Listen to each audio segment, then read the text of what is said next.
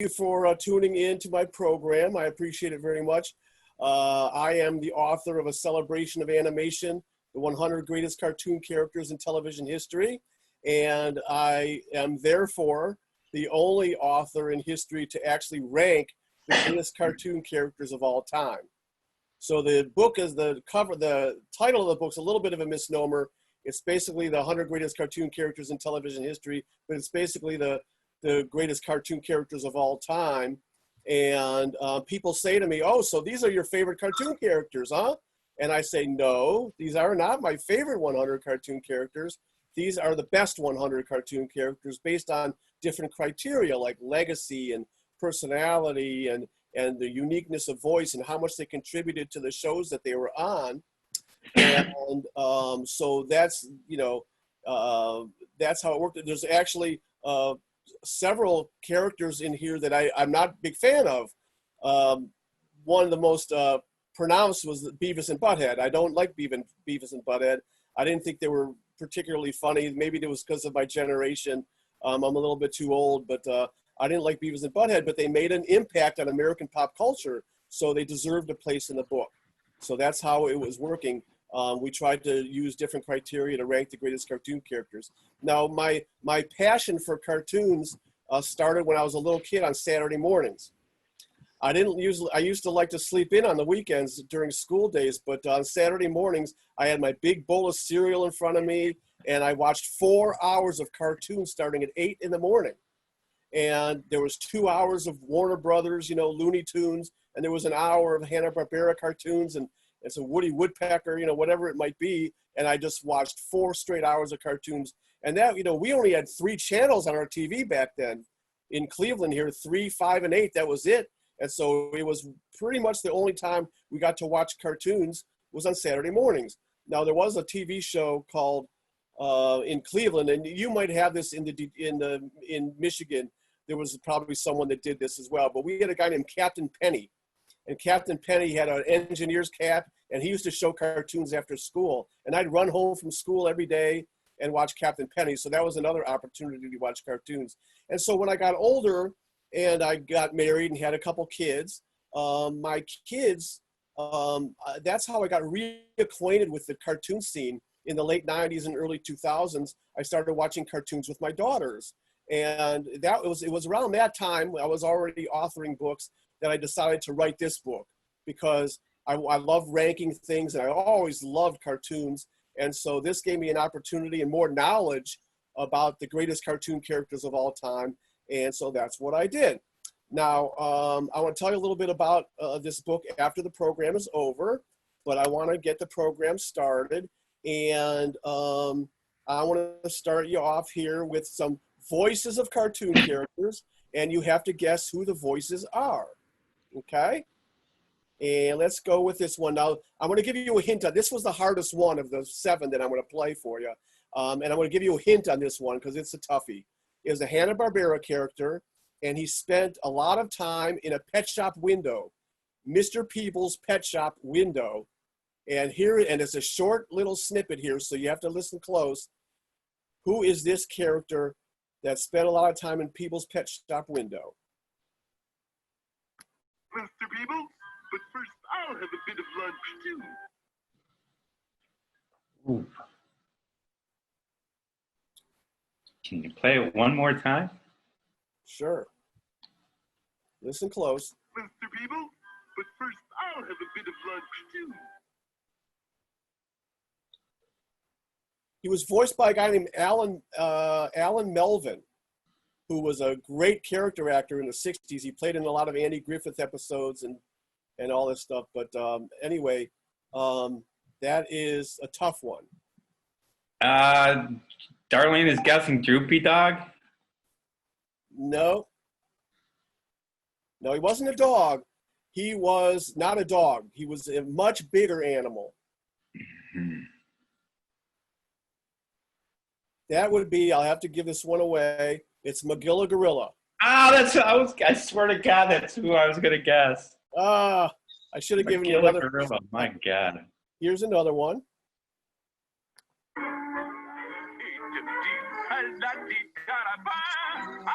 Here we are. Arturo Murphy's Dance Studio. Now this guy was blind as a bat, and that was the whole. Yeah, and he was basic- also voiced by Jim Backus. That is right. Mr. Magoo. Mr. Magoo nailed it. Very good. Here's another one.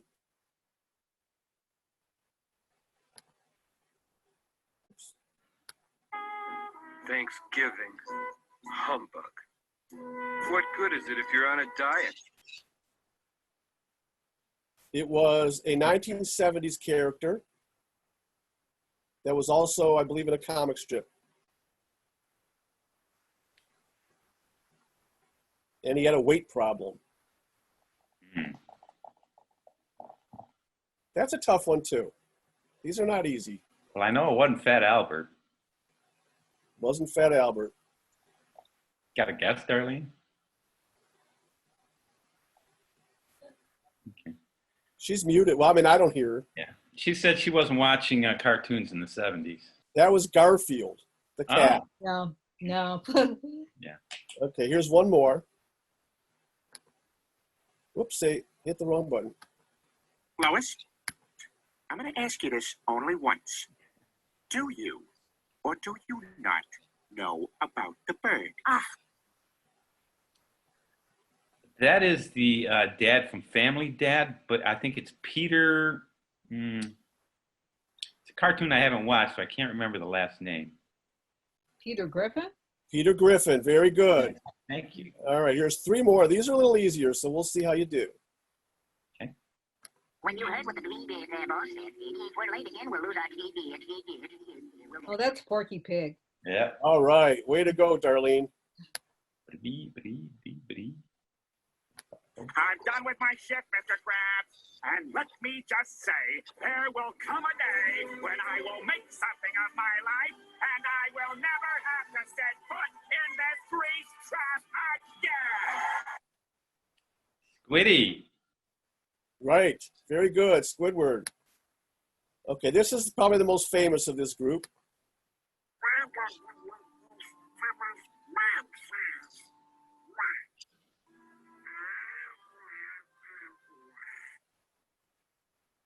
Is that one of those? Donald Duck. That is right, very good. Okay, now, 1928, the first talkie. And almost everybody, in fact, when I started writing the book, I thought so too. The first talkie was Steamboat Willie with a Mickey Mouse, right? It was not. 3 months before Steamboat Willie came out, Paul Terry, who created a company called Terry Toons, Mighty Mouse and Deputy Dog and Heckle and Jekyll, Mighty Mouse being his most famous creation. But he came out with a cartoon in 1928 before Steamboat Willie called Dinner Time. And it was about these dogs that took over a butcher shop. And I think this is a much funnier and more lively video than Steamboat Willie is. And I want to show it to you because this is really the first sound cartoon, first talkie cartoon here in 1928. And I got to place this on 3 minutes because for some reason it went from the beginning, and I don't want it to go from the beginning, so I'm gonna.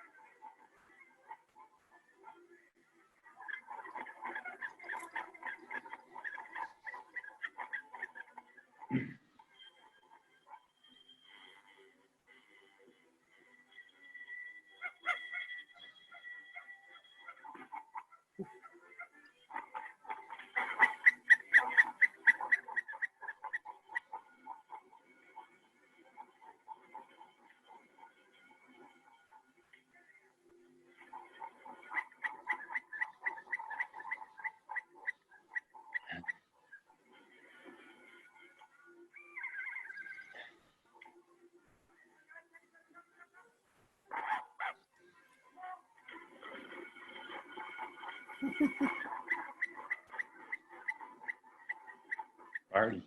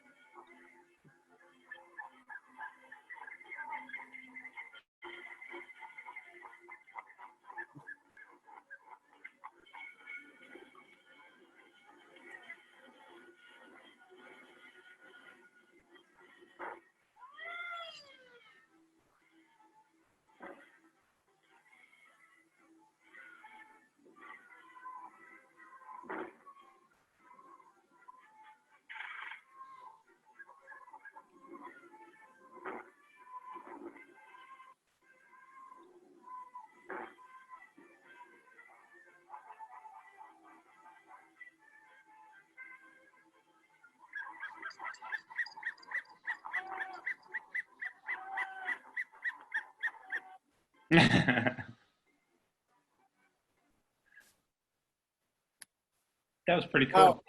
yeah, it was really neat, and I was surprised to find that out because the first few programs I did way back when were with Steamboat Willie, and then I realized that I learned a little bit later on that this was the first talkie.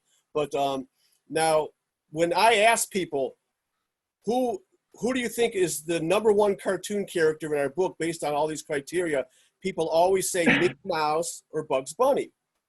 Almost always. They always guess Mickey Mouse or Bugs Bunny. And what I have to explain to people is that when Mickey Mouse came to television with the Mickey Mouse Club in the 1950s, Donald Duck was considered to be a superior character. He had a little anger. He had more depth to his personality. And so we actually And have it was much Donald funnier Duck, too. and he was funnier. Yeah. And when he came to television, the kids of America and adults as well embraced Donald Duck more than they did Mickey Mouse. Walt Disney wanted Mickey Mouse to be the face of his organization, so he didn't expand Mickey Mouse's personality and change him in any way from the theatrical shorts period. He just kept him the same. And so that's why we actually have Donald Duck ranked #9 in our top 100 cartoon characters of all time, and we only have Mickey Mouse ranked number 28. So I get a lot of feedback on that, both negative and positive about that feel like Mickey Mouse should be ranked higher, but that's where we ranked them. And so I used to show Steamboat Willie, but I don't anymore. But I am going to show you a cartoon character that was very, very popular and a real breakthrough character from the early 30s named Popeye.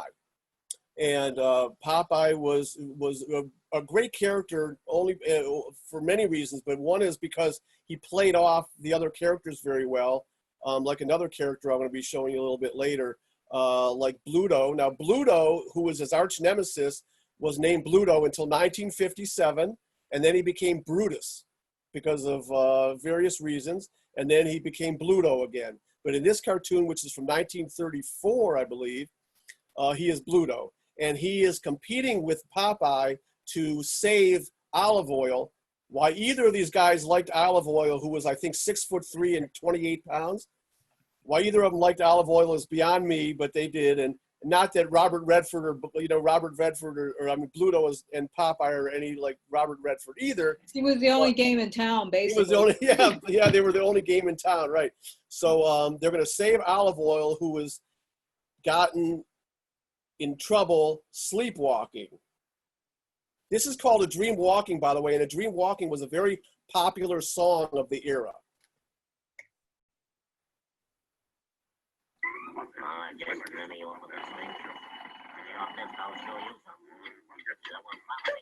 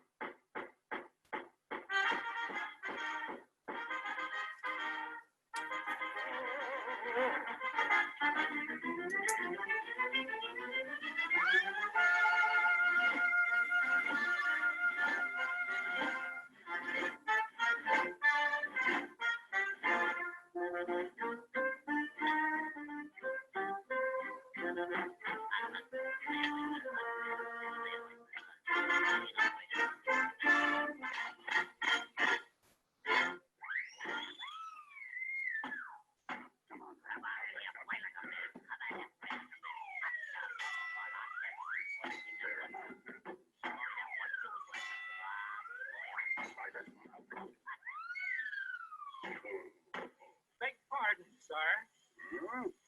Do you by chance have any mustard?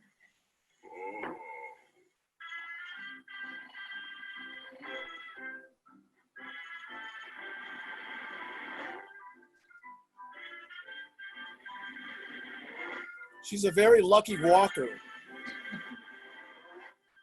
Probably because of those big feet. Yeah.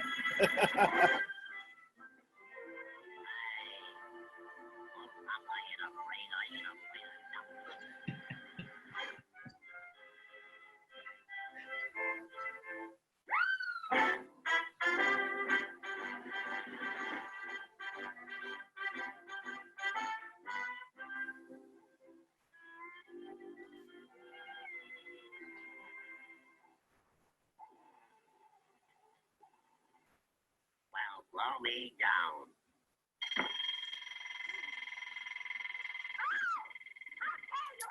I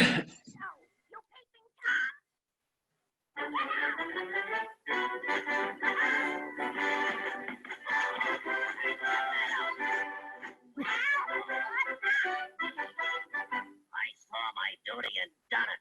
'Cause I'm Popeye the Sailor Man.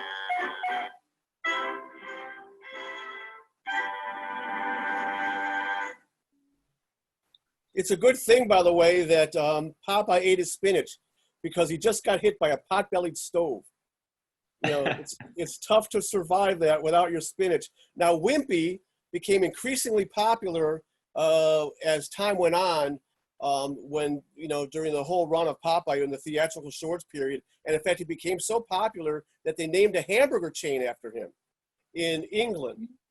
And throughout England, there were Wimpy Burger hamburger chains opened up all over the place until, you know, McDonald's took over and Burger King and Wendy's or whatever. And I don't think there are any Wimpy burgers left in England, but they used to have a hamburger chain called Wimpy's. And so I want to give you guys your first trivia question. You ready for your first trivia question? Here we go. I'm going to give you 3 cartoon characters. Which one of these 3 cartoon characters did not have a best friend or a sidekick on the show? Did not. Yogi Bear, Huckleberry Hound, SpongeBob SquarePants. Which one does not have a sidekick? Is it SpongeBob? No, it's Huckleberry Hound. It's Huckleberry Hound. That is right. SpongeBob has Patrick, Patrick. Okay. who's his best friend. And Yogi Bear obviously has Boo Boo. Boo Boo, yeah. Right. Hey, Boo Boo. Hey, Boo Boo. So that was that. Now we talked about the greatest cartoon character of all time, and as you've probably figured out by now, to nobody's surprise, it is Bugs Bunny. And the reason we rank Bugs Bunny as the #1 cartoon character of all time were many, but one of the great reasons, one of the great things about Bugs Bunny was that he never provoked the other cartoon characters on the show. He was always one being provoked, and he would fight back in very imaginative ways, and that allowed him to play off the other characters very, very well and very humorously, including, you know, Daffy Duck or Elmer Fudd, or my very favorite cartoon character of all time, Yosemite Sam. Yosemite, and people that know me can understand why I love Yosemite Sam. He is just so wacky. He's just out there, and he's just really, you know, just high energy and funny. So in this particular cartoon, Yosemite Sam has Bugs Bunny on his ship, and Bugs Bunny gets the best of Yosemite Sam, as you might expect. This is, I love this little video here.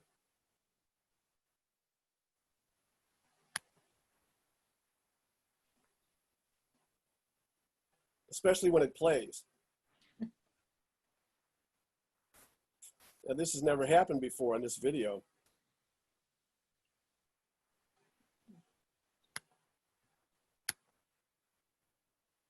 There we go. Blast your scuppers, you barnacle-bitten landlubber. Come down here and fight like a man.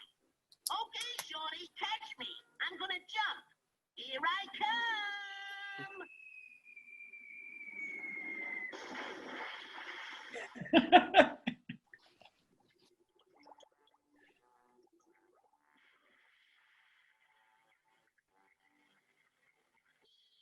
Have a nice dip, Pimp.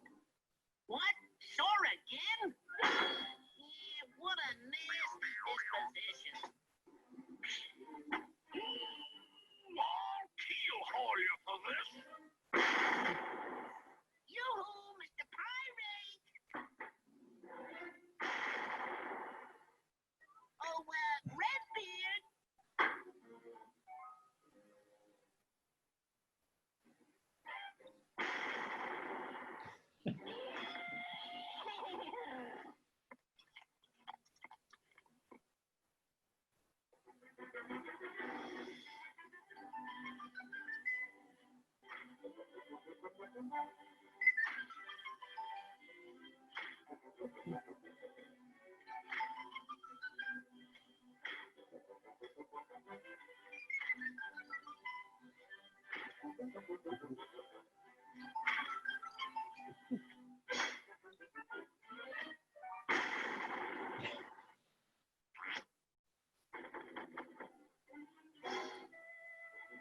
Say your prayers, Barman.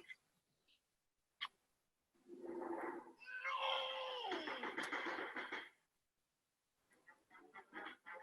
Why, you crazy doggone idiot! What you trying to do, blow us to smithereens? No!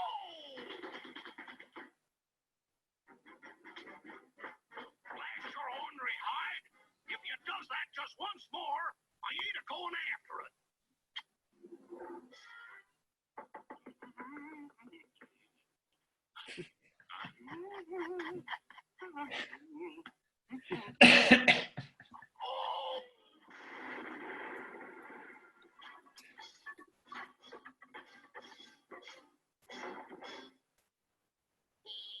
Didn't make it?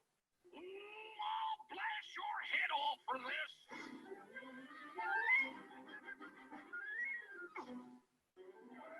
All right, now. I got you cornered. Come out and meet your doom.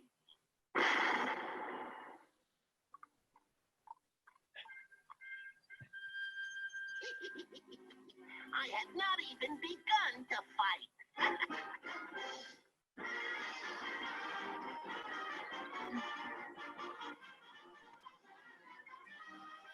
Now, I want to address something because I know it comes up in people's minds. The violence that when he says, "I'm going to blast your head off for this." When we were kids, in our generation, nobody gave it a second thought. Nobody really connected that to any kind of violent thoughts or actions. I don't think anyone really became violent over watching a Bugs Bunny cartoons. And I think one of the reasons for that was it was a different era, obviously, but it was not graphic. Tom and Jerry is considered by a lot of people the most violent cartoon of all time, but it really, it's not graphic. There's people getting bashed over the head and all sorts of things going on. But in today's day and age, with shows like Family Guy and South Park, there's a lot of violence as well, and they're actually showing blood. It's much more graphic than it was back then. And I think that the complaints about violence, I can sort of understand it more today. And I think that, in my opinion, if parents want to steer their kids away at a young age from watching Family Guy or South Park or very violent cartoons that are more graphic, then I could certainly understand it. I wouldn't have any problem with with a 7-year-old kid or an 8-year-old kid watching Bugs Bunny. But I would maybe with some of the cartoons that are going on today. So that's just my take on that. Now, I talked about how Bugs Bunny never provoked the other cartoon. Oh, I want to give you another trivia question first. Here we go. Let's do this. Speaking of Tom and Jerry, right? The Simpsons, right? The Simpsons have been around for 31 years now. Not that many people watch it anymore, and it mostly has a cult following. But anyway, the Simpson kids, way back when, they used to watch a cat and mouse cartoon that was really a takeoff on Tom and Jerry because it was very, very violent. What was the name of the cat and mouse cartoon that the Simpson kids used to watch? Itchy and Scratchy. Nailed it, man. Nailed it. You know what? You guys are 2 for 2.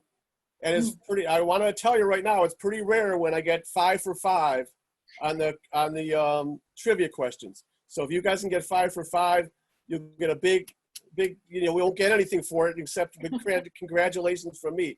Now, we talked about how Bugs Bunny was never provoked these other cartoon characters. One character that came very soon afterward did nothing but provoke other cartoon characters and annoy people. And that's Woody Woodpecker. And Woody Woodpecker, there's a reason for that comparison. Woody Woodpecker was created at the Walter Lantz studio by a guy named Benny Hardaway. And Benny, his nickname was Bugs. Benny Bugs Hardaway actually had a great deal to do with the creation of Bugs Bunny and Daffy Duck. And then he came over to Walter Lantz studio because they wanted him to create someone that was going to be a character that would be as popular as Bugs Bunny and Daffy Duck. And he came very close with Woody Woodpecker. Now, in this particular snippet, Woody Woodpecker is a piano tuner. And he is accosted by bank robbers. And it's a really funny little snippet, very high energy snippet here that I want to show you. I want to start it out at around 3 minutes. I have to figure out a way to do this so it works that way. I thought I had it at 3 minutes to start with.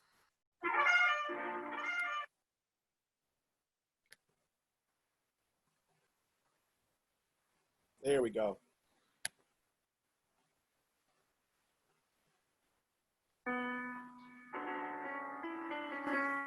Cat Bowie.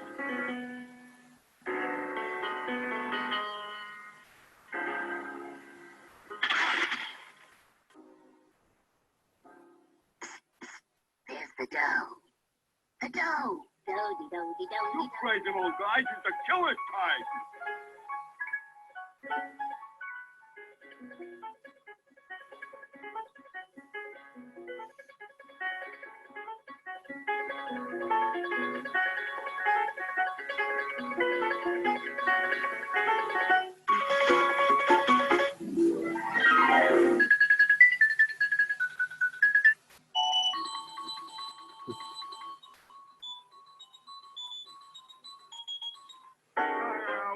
Where'd you go? Okay, officer. We have come to move the big piano. Right this way, gentlemen.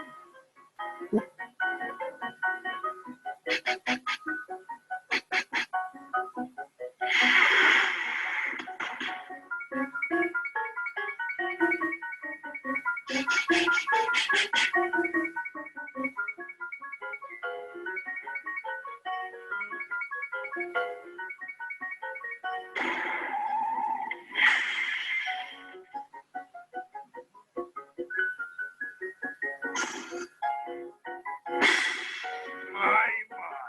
If me mother could only see me now.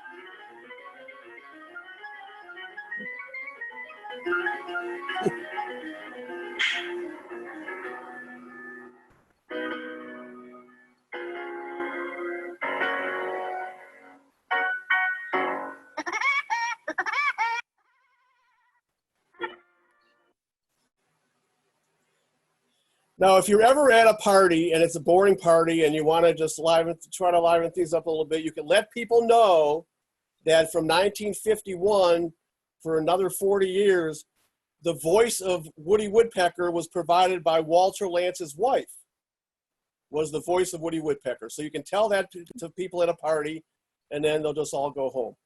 But, you know, at least they'll go home with some wisdom that they didn't have before. But I think that's pretty cool.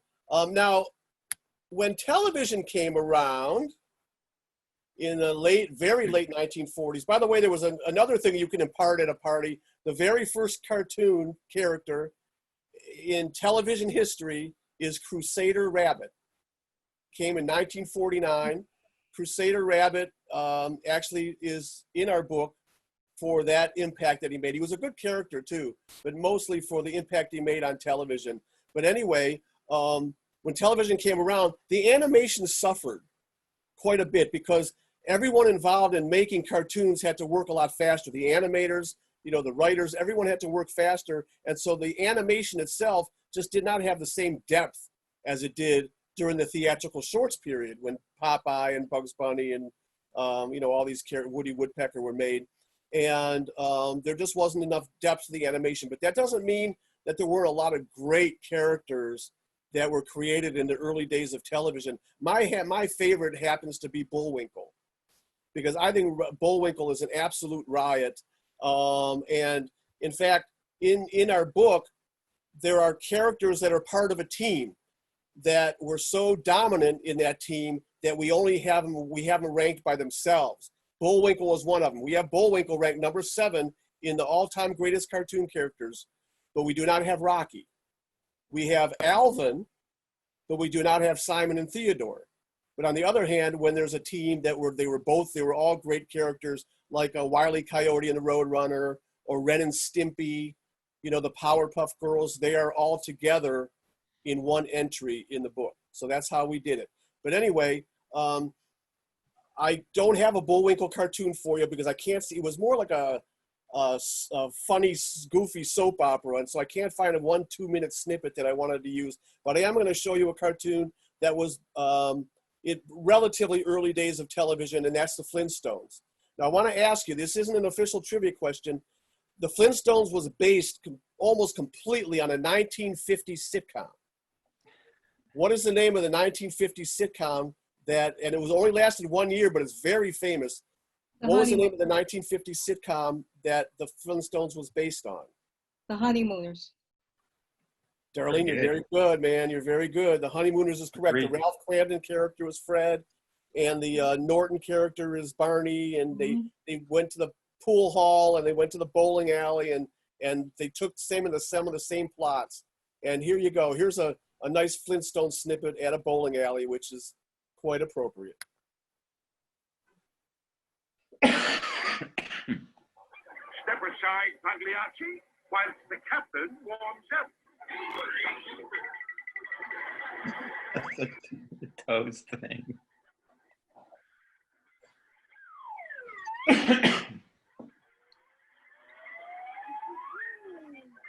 see a slip? Just keep your eye on the ball, Barney boy.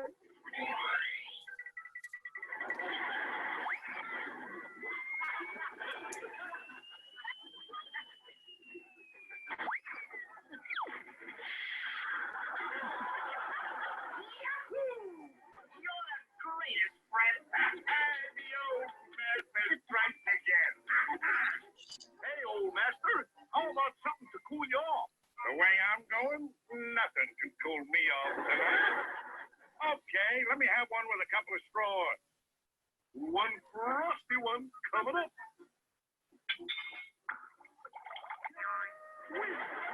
Straws, please. Thank you. It's all right. Ball on target. Bombs away.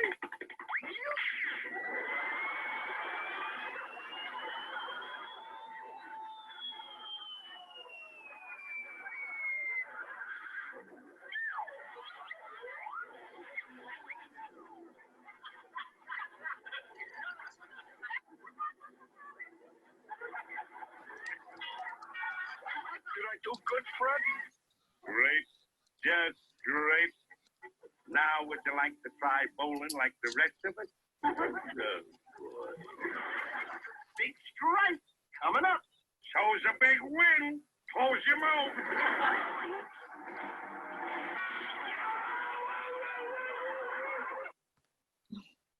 Oh. Think too soon. Now, what do you hear? I want to ask you, what do you hear in that video that you do not hear in the theatrical shorts videos of Popeye and Bugs Bunny and so forth? What do you hear that you don't hear in those videos? Well, it's the laugh track, and in fact, I'm asking you if didn't they nix the laugh track on the Flintstones television show in the later seasons? I don't recall that. I always remember laugh track being there because throughout all the sitcoms back in that era and throughout the run of the Flintstones, they had laugh tracks all the way up, really All in the Family, which I actually wrote a book ranking the greatest sitcoms of all time. And All in the Family was one of was pretty much the first show that nixed the laugh track, and some other shows after that, started doing the same thing. MASH had a laugh track early on and then got rid of it. But I'm not sure about the Flintstones. I'd have to find that out. But the thing about the Flintstones and about the laugh track is people get down on the laugh track because it's phony, it's fake laughing. And I can understand that. But I can't really imagine the Flintstones without it, because it just kind of goes with the humor and the whole pace of the show. I can't imagine the Flintstones without the laugh track. But I'd have to check that out. And I want to lead in this. This leads into your next trivia question. This is the hardest trivia question of the night. Okay, so don't feel bad if you don't get it. But about maybe 2/3 of the way through the run of the Flintstones, Fred and Barney ran into a Martian, and he stayed on the show for the rest of the time. He was a little green guy with antennas. What was the name of the Martian on the Flintstones? Kazoo. Yeah, it was Gazoo, and he was voiced by Harvey Korman. By Harvey Korman. You know what? I'm gonna have to make these trivia questions harder. That was. You know what? I really get the correct answer on about 20% of these. Of 20%. You're talking to librarians here. On that particular, yeah, on that particular question, not too many people get it. Congratulations. You guys are 3 for 3. Very good. Now, who has heard of the expression of when a TV show jumps the shark? Oh, yeah. Yeah, that's from actually taken from when Fonzie jumps the shark in that. On really Happy Days, yeah. Right. And what does it mean? Episode. And what does it mean when a show jumps the shark? It's just gone way too far. It's gone overboard. It's kind of unbelievable at that point. Right. And it starts to go downhill. Exactly. Yeah. Exactly. And I think just about every show I can imagine jumped the shark at certain points. I had one of my very favorite shows from the 60s is called Green Acres. And it's just this absurd, surreal show. Oh, we remember Green Acres. Yes, I love it. A lot of people don't love either. People either hate it or love it. They either don't get it or they do get it. But I always thought that Green Acres did a reverse jump the shark, where it started out. Yeah, because it was jumping the shark from the beginning. Right. A lot of people think so. It started out. It wasn't. Lisa Douglas wasn't funny, and it wasn't that funny early on, and it just kept getting progressively better. And by the end, it was really reaching its peak, and then it got taken off the air. But anyway, now I want to. The reason I bring up Jump the Shark is because, in my humble opinion, the Jump the Shark moment on the Flintstones was the arrival of the Great Gazoo, because it was a nice show about a prehistoric family, and there were some funny ideas and all, and then the Great Gazoo took them to Mars, and they went into the future, and Fred dreamed about Pebbles and Bam Bam having their own rock band, and it just it jumped the shark. So that's why I bring that up. Now there's no cartoon that I think links my era, around the same time when they invented the wheel, to the modern era, more so than Scooby-Doo, because Scooby-Doo has had so many iterations since 1969 when it came on the air. There's been like 10 iterations of Scooby-Doo. They just keep coming. And so they have a new Be Cool Scooby-Doo that's going on today. Now, I am not going to show you a Scooby-Doo cartoon. What I want to show you is the intro to Scooby-Doo, the original intro in 1969, and then I want to show you the intro that is from today. And it just goes to show how they are marketing these shows to kids now. In the digital age, the intro today is really all these images flashing really quick on the screen. And the original intro is a lot different. And I want to have you guys vote. When this is over, I want to have you guys vote as to which intro you like better. Here is the original.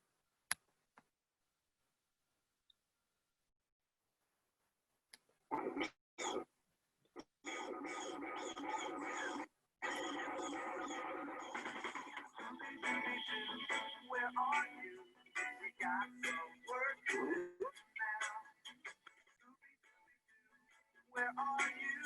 We need some help from you now. Come on, Scooby-Doo. I see you. You're not here with me, 'cause I can't see the way you shake and shiver. You know we gotta make it stop from Scooby-Doo. Let go of your hand.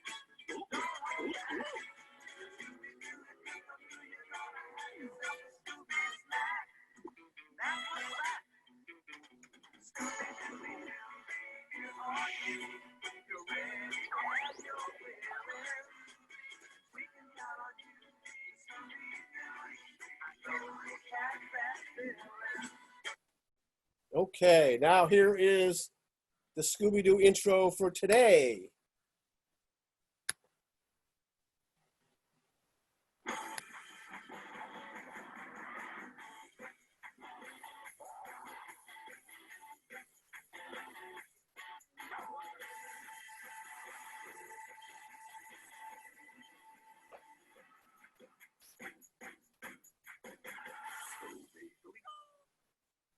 Okay, guys, which one did you like better? Well, I'm gonna go with the first one as the one that I remember. Yeah, where are the lyrics, guys? Where are the lyrics go? go? How about you, Darlene? Which one you like better? Yeah, and you know, Oh, definitely the first one. I mean, the first one really tells me what this is all about. The second one Right. is just images, but I mean, there's some pretty strong age bias here too. Well, you know what? You guys can stay on the program now. You voted the right way. I kick people out I kick people out of the room when I did live programs. I didn't really kick people out of the room, but I'm like very disappointed in those that say the one today is better. So I have a little personal story about Scooby-Doo. When I was a sports writer, I was a sports writer at a newspaper back in the 90s, and I had a friend who looked just like Scooby-Doo, especially when Scooby-Doo laughs. He looked just like him.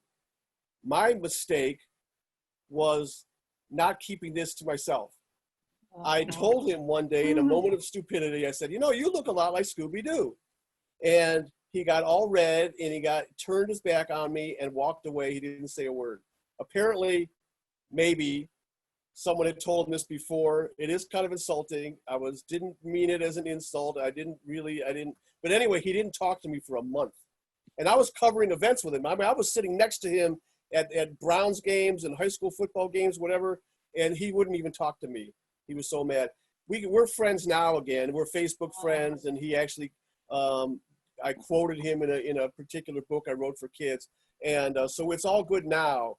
But just a lesson, if you have someone you know that looks like a cartoon character, keep it to yourself. Do not tell them that. Now I'm going to give a shout out to somebody. His name is Joe Wos, W-O-S. He is my co-author. And he is the resident cartoonist for the Charles Schulz Museum in Santa Rosa, California. And he's one of the foremost experts on cartoon characters in the country. And we had to decide, Joe and I had to decide whether we were going to include the Peanuts characters in our book because they were comic strip characters originally. And we didn't know if we should, Snoopy and Charlie Brown and Lucy. We didn't know if we should include these characters in our book. Well, we decided to do that because they became really famous as animated characters, as cartoon characters with their holiday specials and everything. So we did include that in the book. And we actually have Snoopy ranked number 6 in our top 100 cartoon characters of all time. A little bit of a little tidbit. There was a survey taken about 8 years ago, and it was determined, I don't know how they determined this, but it was determined that more people around the world knew who Snoopy was than knew who Barack Obama was. Oh my God. And that was when Barack Obama was president of the United States, and more people in the world knew who Snoopy was than Barack Obama. And one of the things that makes Snoopy so popular, even though he doesn't talk, is he's very, very expressive, and he's just kind of really likable, and he's a really embraceable character. And in this particular cartoon, he tries to trick Linus out of his blanket, and he succeeds.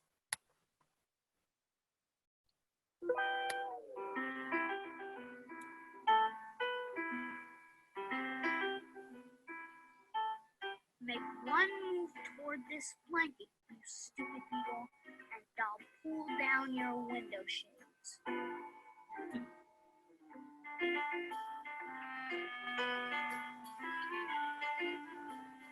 You're not fooling anybody, Beagle.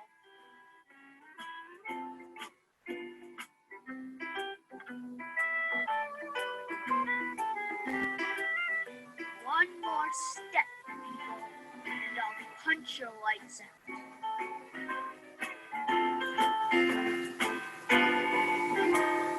Hey! Oh! No!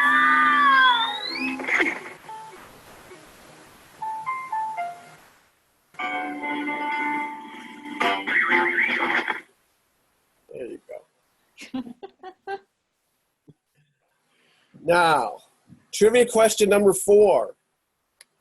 That was in the 80s, by the way. That was a 1980s cartoon right there. Trivia question number 4. We talked about Jim Backus, right? Jim Backus was the voice of Mr. Magoo. He also played a role in a really silly 1960s sitcom called Gilligan's Island. What role did Jim Backus play on Gilligan's Island? It's a millionaire. Thurston Howell. Thurston Thurston Howell Howell. the third. Okay. You're 4 for 4, guys. 4 for 4. You need one more, and you're going to be in great shape. Now, I want to give another shout out. We were really fortunate when we wrote this book. There was a guy named Tom Kenny, and he is the voice of SpongeBob SquarePants. And he wrote the foreword to our book. He agreed to write the foreword. It's a wonderful foreword. He did a really nice job. And he called me on the phone one day, and he wanted to know what he should write in the foreword. And I figured he'd talk to me for a couple minutes, and, you know, a busy guy, right? And he'd get off the phone. He talked to me for an hour. We were talking for an hour on the phone. He has his own rock band in LA, and we were talking about sports, and he was talking about his love for these old time cartoon characters from the Warner Brothers, you know, Bugs Bunny and all. And he said that when he got on the phone with my daughter for 15 minutes and gave her advice on how to get into animation. I mean, it was just wonderful, really down to earth guy. But anyway, he said when he voices SpongeBob SquarePants, he tries to be as naive and childlike as possible. And it really comes off. And that's why SpongeBob is probably the most popular modern character over the last 20 years in cartoons, especially for kids. Kids love SpongeBob. And in this particular cartoon from the movie, this is from the SpongeBob movie, the writers were trying to draw a parallel between the way kids react when they eat too much ice cream and the way adults react when they drink too much alcohol. And so you'll see this parallel in this particular snippet here. There was a lot of adult humor, not dirty, but a lot of adult humor in SpongeBob that kids might not get, just like Rocky and Bullwinkle was kind of like that too.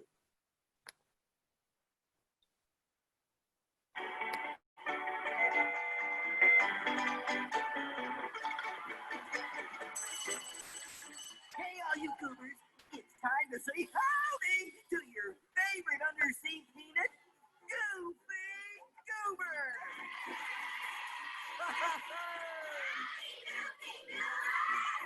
fellow goofy goobers.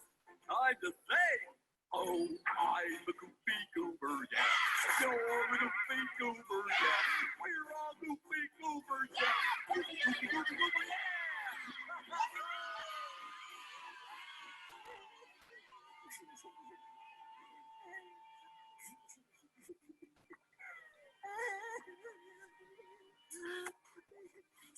All right, get it together, old boy. I know. I'll just stop thinking about it. And you know, I actually feel a little better. I don't even remember why I was sad. Hey, it's the new Krusty Krab 2 manager. Wow, the pressure's already setting in. No, Pat, you don't understand. I didn't get the promotion. What? Why? Mr. Krabs thinks I'm a kid. What? That's insane. I know. You're a kid. It's like saying I'm a kid. Here's your goober meal, sir. I'm supposed to get a toy with this? Thanks. I'm gonna head home, Pat. The celebration's off. Are you sure? Yeah, I'm not in a goober mood. Okay. See ya. And here's your triple gooberberry sunrise, sir. Yum. Oh, triple gooberberry sunrise, huh? I guess I could use one of those. Now you're talking. Hey, waiter! We need another one over here. There you go. Ooh.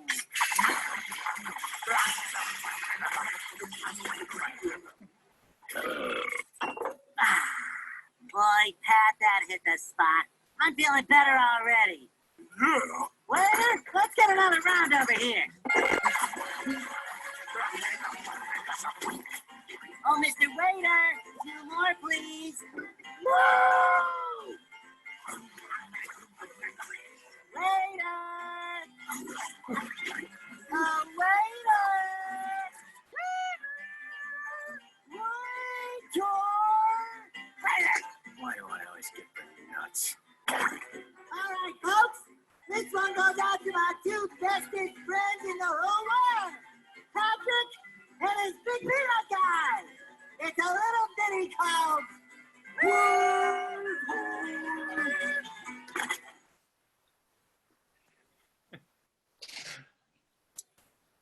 Okay, folks. Trivia question number 5. This one's it.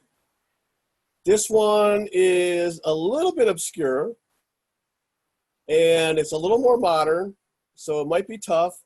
Who were the 3 Powerpuff Girls? Oh. They My all niece Gina would know this. similar names. Ah, Gina or Rockman would know this. yeah. I'm totally, nope, I gotta pass. I think we're blowing the last question here, Marty. Well, it's the second hardest one. In fact, for people our age, it's maybe the hardest one. Yeah. Could you tell us just one, and maybe it'll make me think of the other? Well, I'll tell you what. I'm going to give you one hint first. They Okay. all had names that start with letter B. Blossom. There you go. Now you're getting it. I remember that one. Was Blaze one? No. No, okay.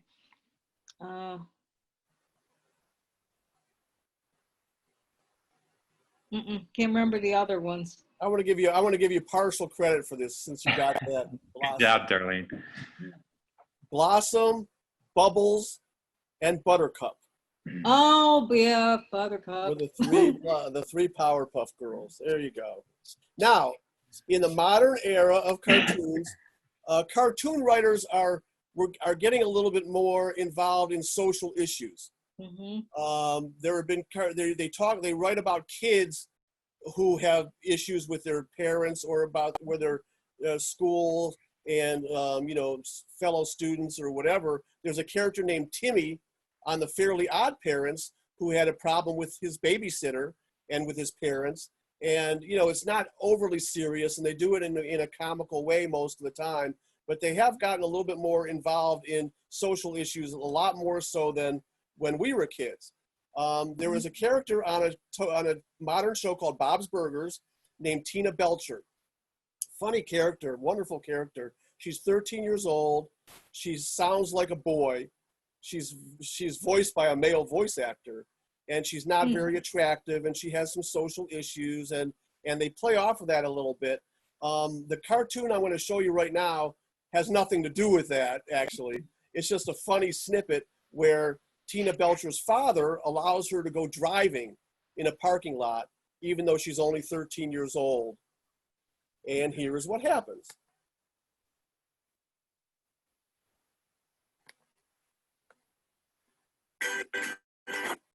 Wow. I can't believe this sale. 6,000 low-fold dispenser napkins for $58? What are they thinking? I don't know. Yeah. Oh, sorry about that. And they're two-ply. This is a great day. A really great day. Wow, look how big and empty the parking lot is, huh? What do you say you get behind the wheel? What would I do behind the wheel? Drive. Is that legal? Well, no, but my father let me drive when I was about your age. Call it a purr for running errands with your dad. Let's make this kitty purr. Well, go ahead, try a turn. Tina, why are you groaning? You're doing fine. Tina, relax. Easy. Okay. Tina, you're kind of headed toward the only other car in the lot. You have plenty of time to turn, Tina, so just go ahead. Turn one way or the other. You're just swerving back and forth. Turn one way and stick with it, Tina.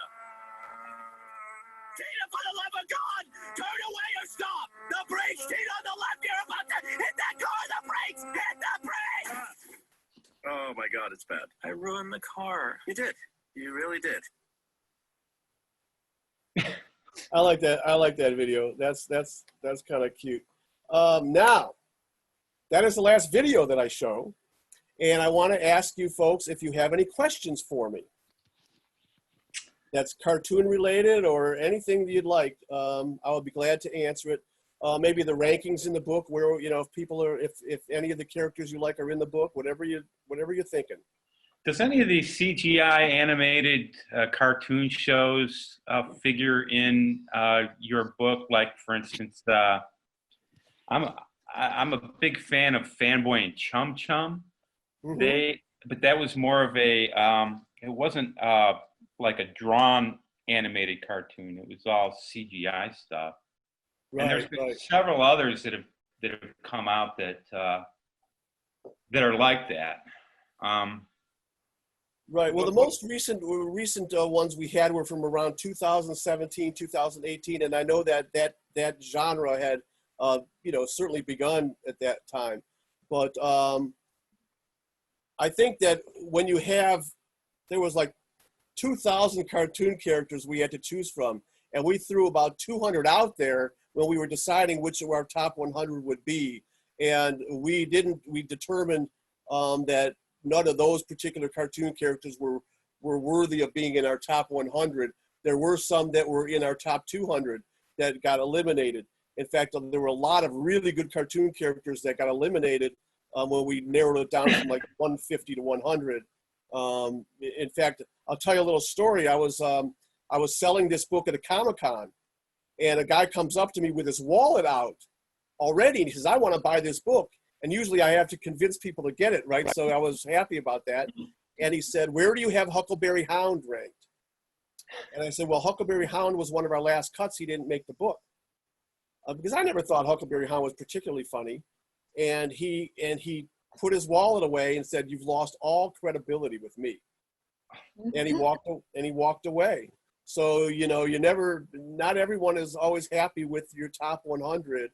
But that's just the way, it goes.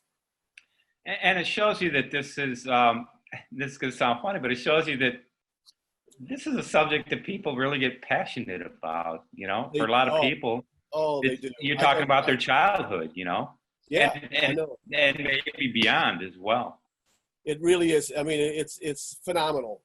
And I've had people get angry with me at having Mickey Mouse ranked number 21 or 28. They just don't understand it. And I explained to them why, you know, and if we did this book in 1945, then Mickey Mouse might have been maybe number 2. But it's not 1945 anymore, and he hasn't, you know, he never evolved or anything like that. And this book is basically, you know, is how they impacted television in a lot of ways. So, you know, he got pushed back, but and we thought that Donald Duck was superior, so that's why we had it like that. But yeah, I mean, you know, the cool thing about this book is that we have such a variety. We have a lot of evil characters. We have villains. Snidely Whiplash happens to be my favorite villain from the Bullwinkle cartoons, but there are a lot of other ones. We have superheroes, Spider-Man and you know, Batman and so forth, and we have just a boatload of funny characters as well. They're probably about half of them, or if not more, are funny characters, but that's what cartoons are all about. But we have a real variety there, and you know, we have cartoon characters from late 1920s all the way to today. So we have about 90 years of cartoon characters in the book. So what we really wanted to do was have a really nice variety, a really nice mix, but make sure that our top 100 was based on the criteria that we wanted to use. Well, that brings me to another question then. Do you suppose that the book will be updated in an updated edition at any point in the future? We would love to do that. That would be up to our publisher. Roman and Littlefield, it's actually Globe Pico, I believe, is the subsidiary, Roman and Littlefield, that published the book. And I suppose that would be possible, but in a lot of ways, like in the 70s and 80s, there weren't a lot of great new cartoon characters that were coming out. You know, well, Fat Albert was 1969, Scooby-Doo was 1969, Garfield, and there were a few that are in the book, but in the 70s and 80s. So I think we're going through a period right now in this day and age where there aren't a lot of really notable cartoon characters that have come out recently. The South Park and Family Guy and Bob's Burgers and these shows that have been out for the last 10 years or so, those have a lot of wonderful characters. But in the last couple years, 2-3 years, we're still waiting for a real breakthrough character that a lot of people are embracing. And I think the world needs it right now. But, you know, that's another subject. So go ahead, Ken. No, I'm sorry, Darlene. Go ahead with your question. So we seem to have moved into this era of adult animation, and not animation that goes both ways. I mean, animation that is just straight up adult. Stuff like BoJack Horseman and the Boondocks and things like that. I'm just curious about your opinion and if you might consider covering those genres at some point. Yeah, I would think so someday if we do a follow-up to this book or just expand it. But I'll tell you the truth. When I was a kid and when I was bringing up my daughters in the 90s and early 2000s, I really, me personally, gravitated toward the funny cartoons, the goofy, silly cartoons. And that's why in this particular book, I wrote all those entries. I wrote all the entries of the funny cartoon characters. Joe Wos wrote the entries to the evil or serious cartoon characters, the superheroes, and he has such unbelievable expertise on cartoon characters that's the way we did it. We divided it up that way. So I can't really consider myself an expert on modern cartoon characters because the kids are grown, and I'm still, obviously I'm watching South Park and Family Guy because even despite the violence and everything, I think they're hilariously funny. In fact, Eric Cartman, who is the most evil kid in the history of cartoons, we have ranked in our top 10. And Stewie Griffin, who was a scheming little baby and evil in a lot of ways, he is number 5 in our all-time cartoon characters because they have such depth and they're wonderful characters. I mean, incredible characters.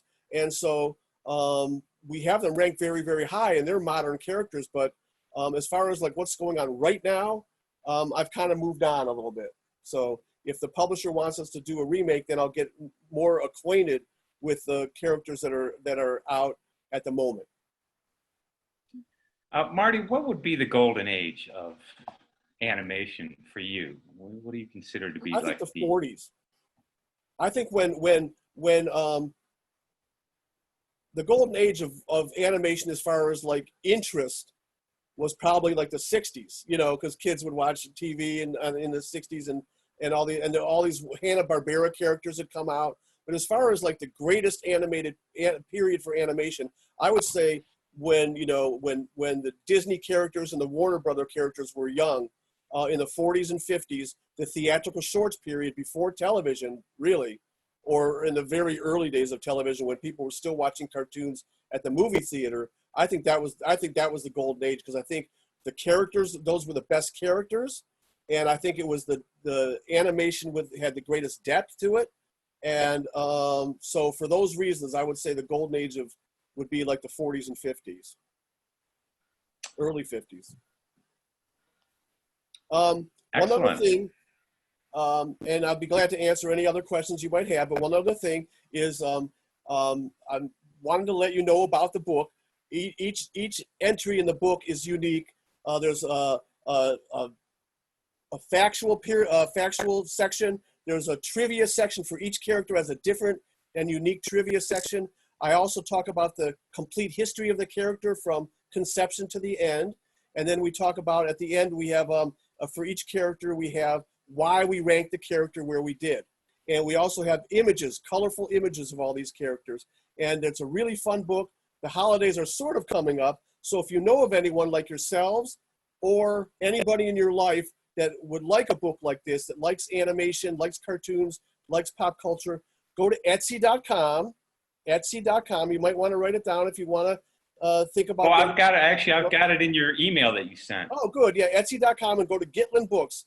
Gitlin Books, all one word, Gitlin Books on Etsy.com, and you could check it out. It's got 5 stars, man, and it deserves it. It's really a fun book. It's a colorful book, and I think anyone that is on here would like it. Well, we do own like I mentioned before, we do own a copy at the library. I really enjoyed reading it, and we will share that link with our patrons as well. Oh yes, please do. That would be wonderful if you could do that. I'd appreciate that. Absolutely. And you'll have and you're recording this, so people will get to watch it. Yep. That's great. I'm so glad you're doing that. That's kind of neat. You're the first library to do that, to record the program and show it. So I'm really glad you're doing that. And yeah, if you can include the link to, if you just go on Etsy and go to my book right here, click on it, and then go to this link where the book is, that would be ideal. Excellent. Okay. So yeah, go to Etsy.com, go to my page, Gitlin Books, and click on the book, and that would be the link you'd want to show people, as well as the program itself. Got it. Okay. And thank you very much for hosting. You guys were great. You got 4.5 of the 5 trivia questions right, 4 1/3, right? And that's pretty good. You got the great, Marty. Thank you for a very entertaining program. This was really a lot of fun, man. Great kazoo was your great accomplishment there. Great kazoo. Really well done. Well, thank you very much, and thanks for everything. Again, I apologize for our profanity interruption. I almost forgot about that. What a jerk. Yeah, don't worry about it. We'll try to see if we can edit that out of the the recording. That would be good. I don't know what motivates people. I don't know either. It's unfortunate, but anonymity. Yeah, it's crazy times that we're living through right now. That said, having a diversion like this during crazy times was really excellent, and thank you very much for that. Well, I enjoyed it, and thanks for the invite. Appreciate it. My pleasure, and I'll also keep you in mind for the other book on the sitcoms, and maybe we can do a program about that and at some point. Yeah, I have done programs for that one, and when you get back up and running, as far as, you know, opening up the library and all, I'd be glad to pay a visit and do a live one, you know, whatever you'd like to do. Wonderful, Marty. I'll definitely keep you in mind for that and contact you. That sounds wonderful. Thanks, Kenneth. And Darlene, thank you. Nice to meet you. Thank you. Have a great evening now. You too now. Bye-bye. Bye-bye.